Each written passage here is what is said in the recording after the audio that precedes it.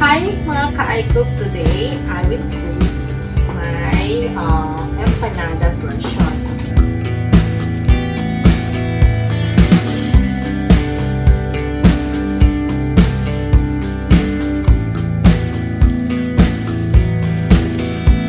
Okay, so I'll be using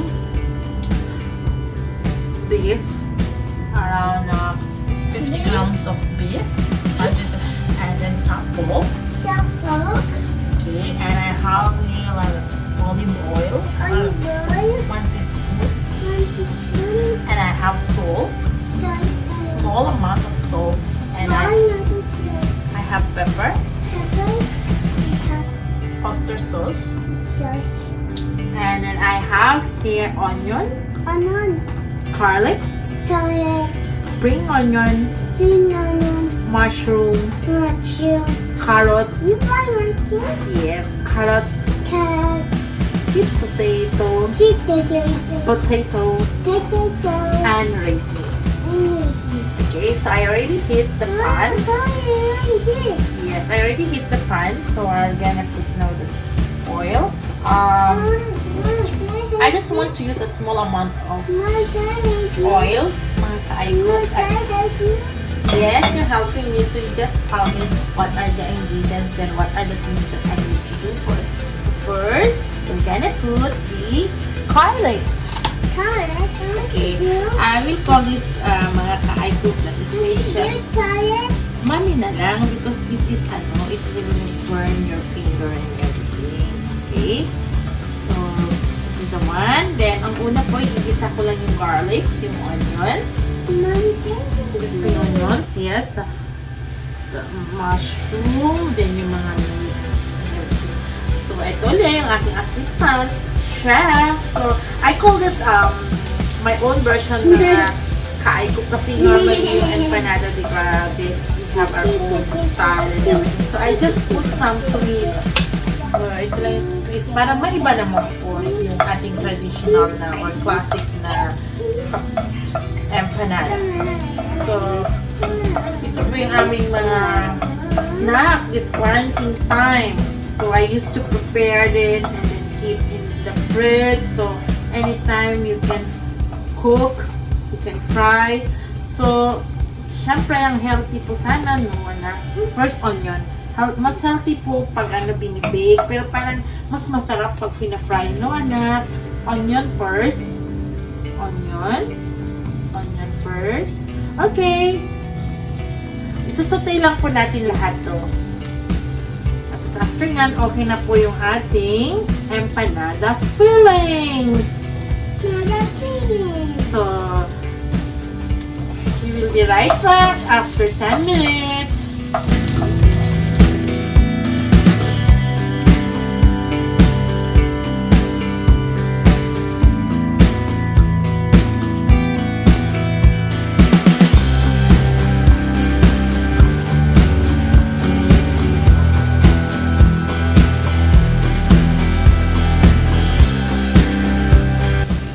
Guys, mga ka-iCook ko na kasi po si April nakikigulo, kaya hindi ko nilagay kanina yung butter, so we're gonna put the butter and cheese. So ito po yung twist natin.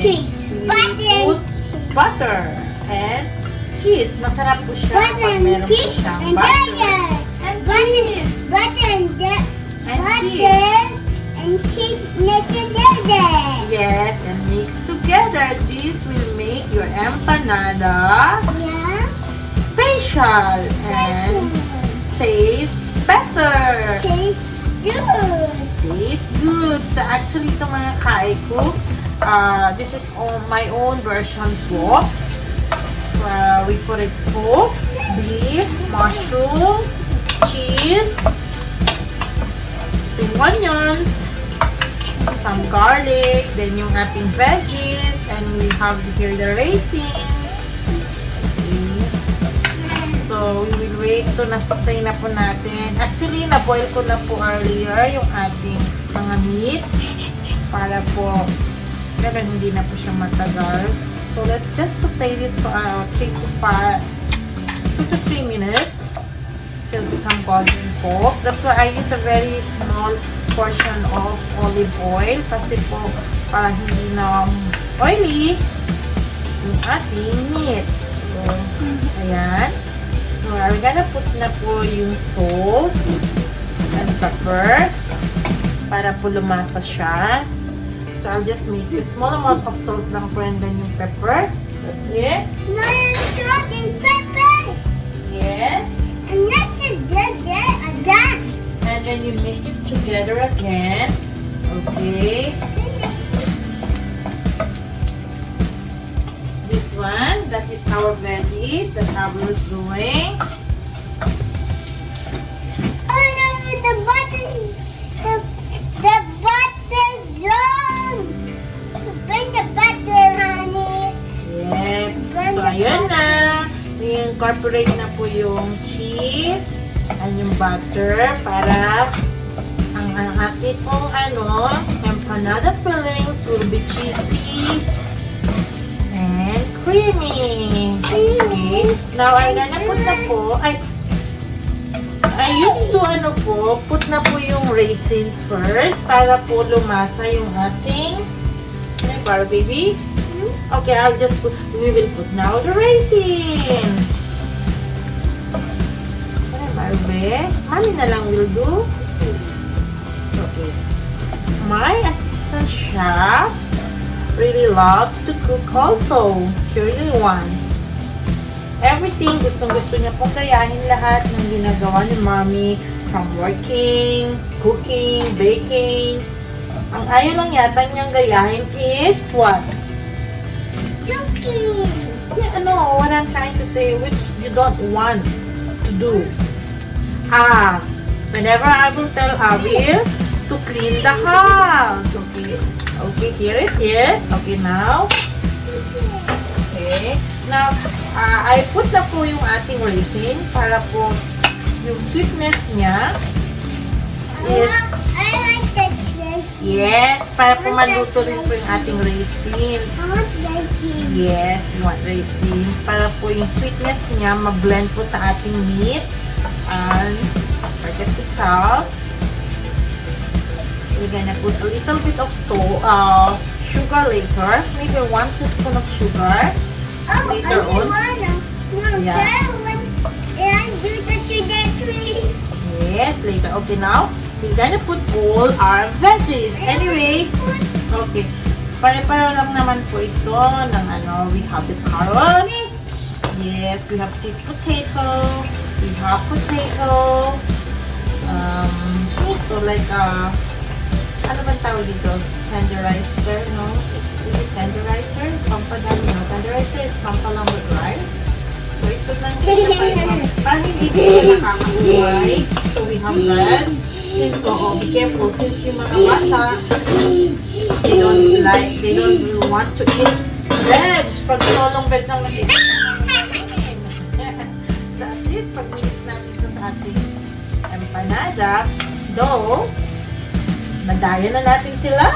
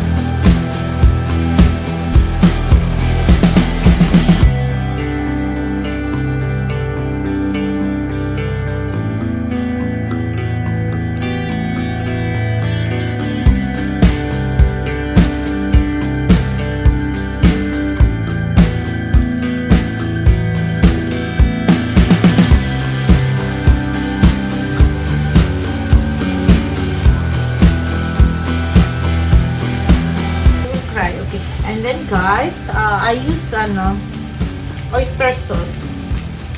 Diba, for a while. Oh, use this. I use oyster sauce to balance. Little bit lang po. Yan lang siya. It's a Simple. ketchup. No, it's not a ketchup. It's an oyster sauce. So this is so yummy. Your kids will love this, guys. Mga kaiko. This is right. This Yes. Yes, they will love this. Do you love this? Do you love this? Oh, mommy. Do you love this? The cheese right there. Yes. And we got that cheese. And then, okay, you do it. I think I want to put a little bit. Okay, I want to put. Do it. Cheese, you want to do it. Okay, now you said teaspoon of sugar.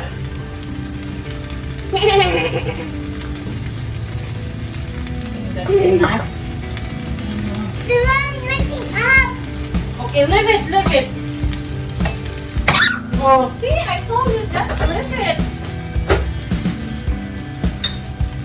So here you go. Oh my God, sorry, excuse me for the mess.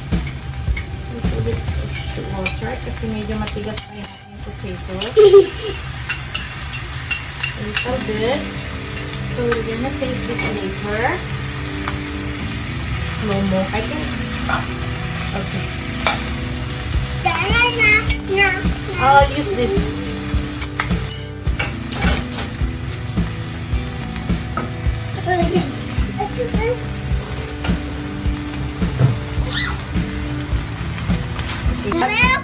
Yes.